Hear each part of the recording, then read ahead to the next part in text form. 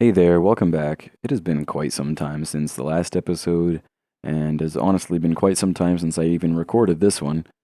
There's not a lot of live audio, and most of this is just going to be me doing a voiceover attempting to explain what my past self did when he recorded this years ago.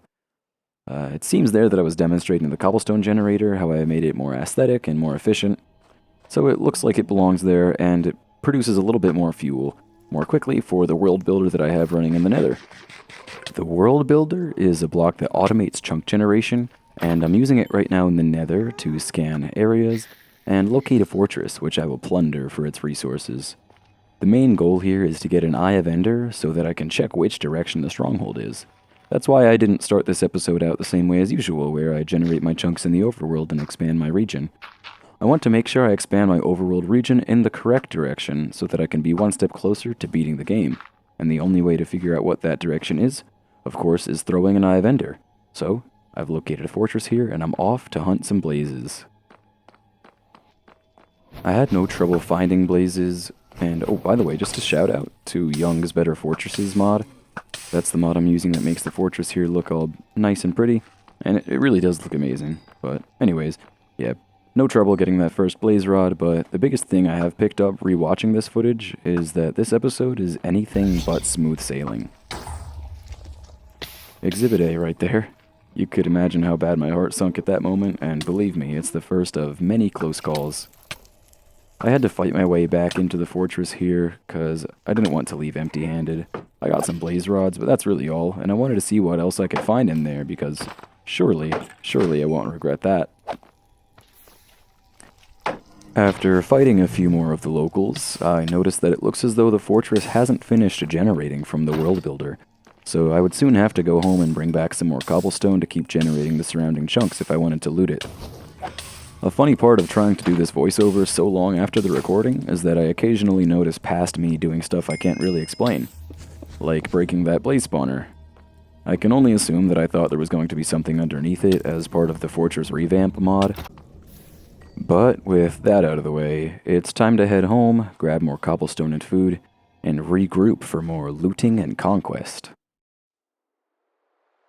At home, I noticed there was a wandering trader who stopped by to say hello and offer his goodies, of which spruce saplings are included, and this seemingly insignificant trade to like 99% of playthroughs is gonna be game-changing in this world, where I'll likely never encounter a naturally generating tree type other than oak or maybe birch.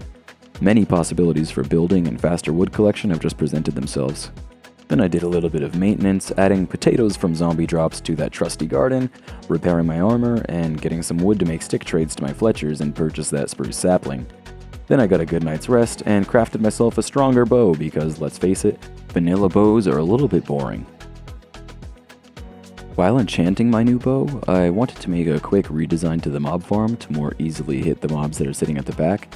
I just wanted to put a hole in the back so that I could go around it and attack from 360 rather than just from the front. And remember how I said there's a lot of close calls in this video? Oh yeah. Thank the Lord that I leave these water streams hanging off the side of my chunks. And I make my way back up to the top and I try to rebuild the spawner just the way I left it when I'm met by an ensemble of unfriendlies.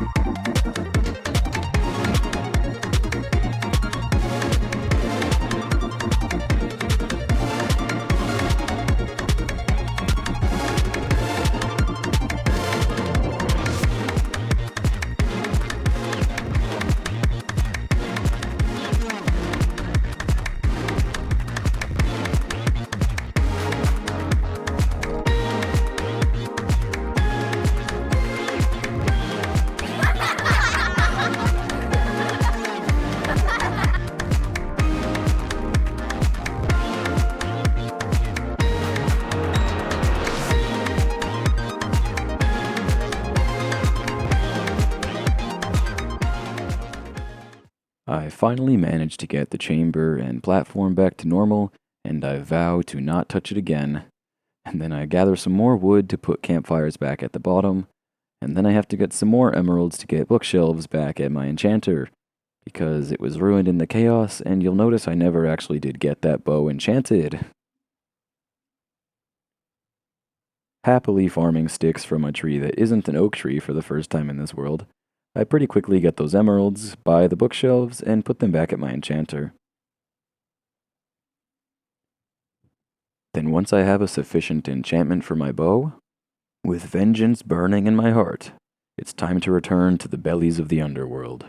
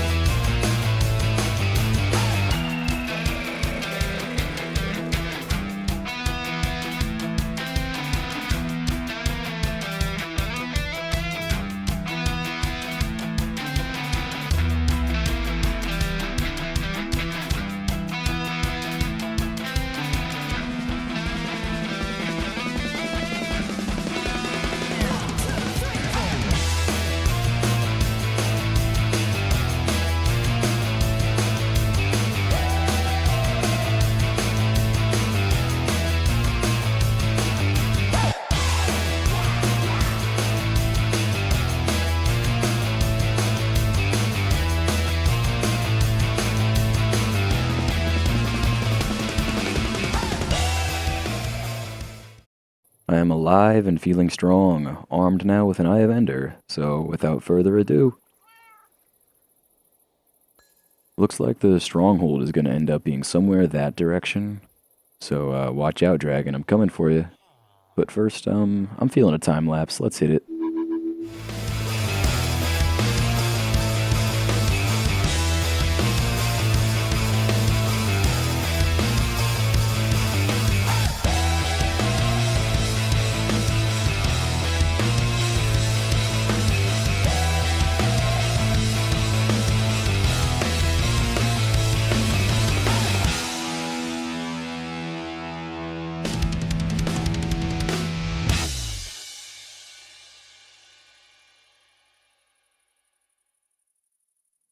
With that glorious display of a mining trip, I was thinking about ways to keep myself occupied that might double as a useful preparative activity for my hopefully impending fight with the Ender Dragon.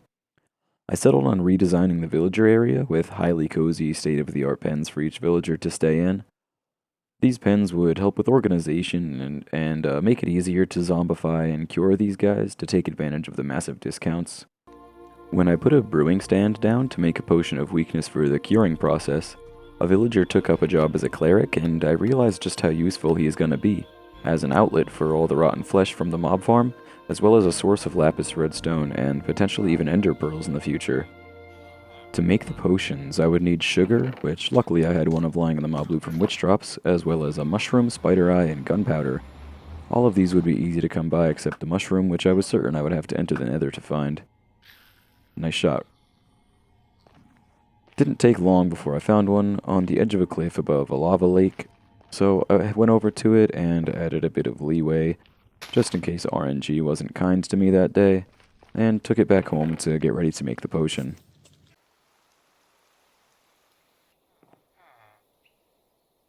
Sadly, this iron gentleman had appeared and he got in my way, and we had to get rid of him because he would get rid of the zombie that I have to lure in come nightfall.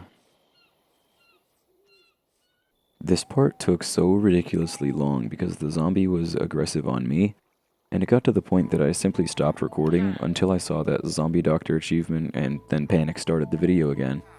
The first one to zombify was the librarian, which works out really well since I can trade one emerald for a bookshelf now, break it, trade each of the books back for an emerald, and repeat this process to essentially get infinite emeralds for free.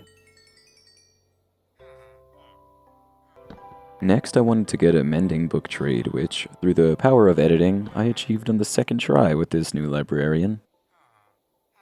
I grabbed some emeralds to lock in the mending trade, since if you don't trade with a villager, they have a chance to re-roll their trades offered, and I don't want that to happen. But then I immediately felt like I was interrupting something. But on the bright side, we have a new welcome addition to the family. And finally, the closing section of this video is actually the only part with live audio, so voiceover is ending right here. Of all the things to happen in this episode, something I glossed over heavily was that my donkey finally has himself a saddle. He's not very fast and he can't jump very high, but we love him nonetheless. But yeah, that's gonna be it for this episode. I hope it was enjoyable, as I had a fun time making it. Thank you guys for watching. I'm probably gonna play this world a little bit over the next couple months, but not make another video anytime soon because I will be studying abroad soon. It's really exciting, and just life can throw some crazy curveballs at you, but I'm not done with this series. I'm definitely gonna keep it up. But I'm gonna try making some other videos too, some more tutorial style stuff. So yeah, let me know if you guys like this series or prefer the tutorials or whatever. Thanks for watching. Have a good one.